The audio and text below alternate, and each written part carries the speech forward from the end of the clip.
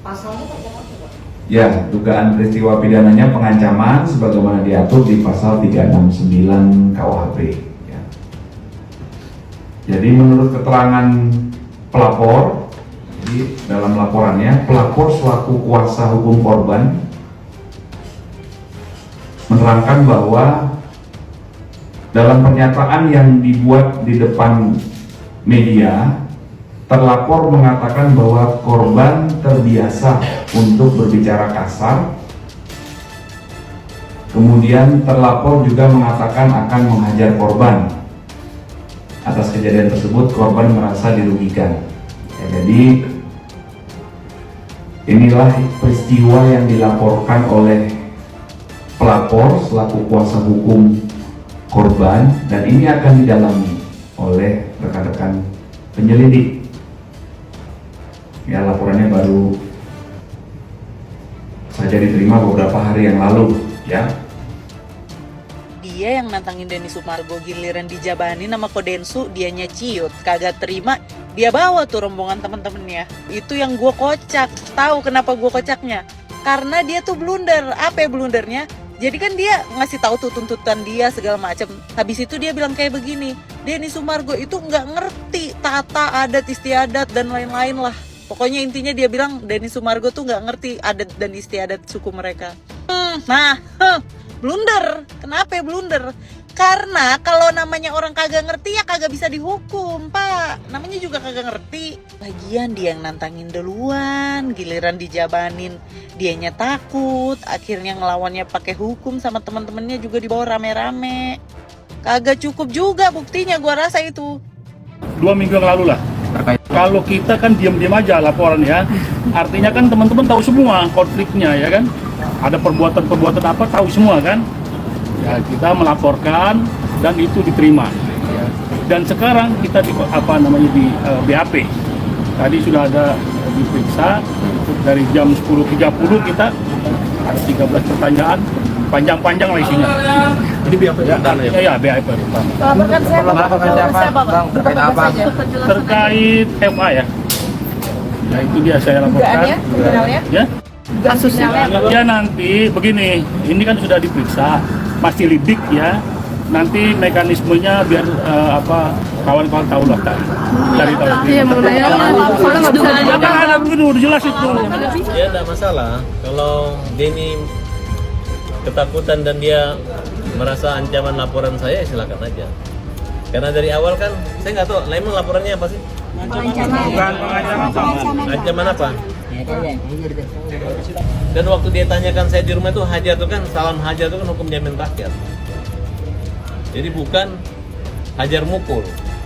Gua doakan yang terbaik, tapi ingat, jangan pernah kau ganggu saya. Jangan pernah kau senggol-senggol urusan pribadi saya. Kalau perlu saya juga bisa datangin kau. Kalau perlu kita buat pertemuan. Kalau kamu jelas semuanya, kita buat pertemuan. Gak apa-apa, kita bicarakan. Oke, saya siap. Kalau kau hanya ngejar kata-kata maaf, kau asik ngomong di media bahwasanya, Pablo, kau wajib minta maaf, kau harus minta maaf. Kalau dengan kata maaf aku bisa membuat kau senang, bisa membuat kau bahagia, gitu ya. Gak apa-apa, saya minta maaf. Tapi kau juga harus klarifikasi omongan kau. Ada pertanggungjawaban di dalam ucapanmu. Oke? Ada pertanggungjawaban di dalam ucapanmu. Di mana ucapanmu kau sebut saya pernah pinjam uang sama kau, lalu kau sebut saya menghilangkan barang bukti. Dua hal ini perlu kau buktikan Farhad Abbas sebagai seseorang yang punya konsekuensi hukum. Saya kasih kau waktu 1 kali 24 jam. Tidak perlu 8 hari, tidak perlu panjang-panjang. Karena kalau kau bicara seyakin itu berarti bukti itu sudah ada di tanganmu. Jadi kau harus buktikan itu dalam waktu 1 kali 24 jam. Oke? Intinya adalah saya nggak perlu mengejar agar Farhad minta maaf sama gua. Nggak. Yang pasti saya sudah memaafkan Farhad Abbas. Tetapi sebagai bentuk pertanggungjawaban kau harus buktikan ucapan. Itu saja.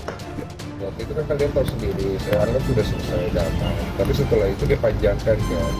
Jadi awalnya juga saya berpikir, ini orang bagaimana sih? Ternyata saya dihubungi sama pengacara saya, dan ini nggak bisa. Karena orang ini udah kelewatan.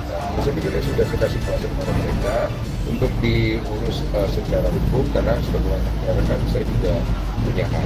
Makanya saya nggak mau perpanjang ya, ini kan bentuk antisipasi saya lagi.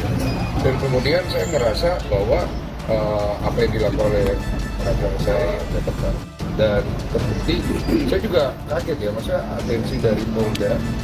Saya terima kasih banyak untuk Polda dan Kapolda yang melihat laporan saya ini sebagai suatu hal yang memang harus segera diproses. Karena kegaduhan yang timbul di dalam persoalan yang dari awal antara Novi dengan Agus ini sudah bermana-mana.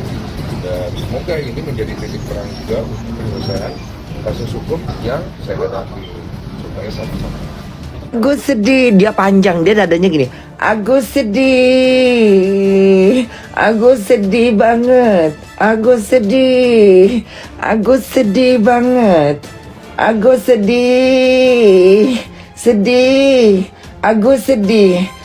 sedih banget. Udah ya, udah. Saya dihina habis-habisan. Itu doang sih yang saya. Yang menghina kamu itu siapa? Ya, siapa yang menghina kamu? Ya, kamu pasti mendengar bisikan-bisikan dari orang-orang di sekitar kamu, yaitu keluarga terdekat kamu itu yang membisikkan, mengatakan hal-hal yang negatif di luar sana. Ya, kenapa? Karena kamu kan posisinya kan, ya kamu tidak bisa melihat, ya kan? Kamu tidak bisa buka handphone, tidak bisa melihat komentar-komentar, bahkan video-video kamu nggak bisa buka. Pasti kamu mendengar itu dari orang-orang di sekitar kamu, ya, bisikan-bisikan orang di sekitar kamu, yang itu semua vibes-nya itu negatif, sehingga kamu berpikiran kamu itu dihina dan sebagainya. Ini adalah sesuatu karena adanya suatu kesalahan, ya, ada misunderstanding juga, ya, dimana penggunaan uang dana donasi itu harusnya kamu fokuskan untuk kesembuhan mata kamu. Ya, kamu bayangkan kalau kamu nggak bisa melihat dunia ini. Kalau kamu tadi misalnya memang nggak melihat posisinya mata kamu itu dari kecil, itu dari kamu bayi misalnya, itu nggak masalah. Kamu memang mungkin udah terbiasa dengan hal itu. Tapi karena kamu udah melihat dunia ini, udah seumuran seperti kamu itu, kamu udah tahu indahnya dunia ini, tiba-tiba itu kamu nggak bisa melihat, dan kesedihan itu sudah kamu utarakan. Waktu kemarin itu jumpa sama Teh Nopi, bagaimana kamu sedihnya nggak bisa melihat lagi sekarang. Jadi sekarang pertanyaannya, kenapa nggak kamu fokuskan dana itu, uang yang ada itu untuk kamu berobat?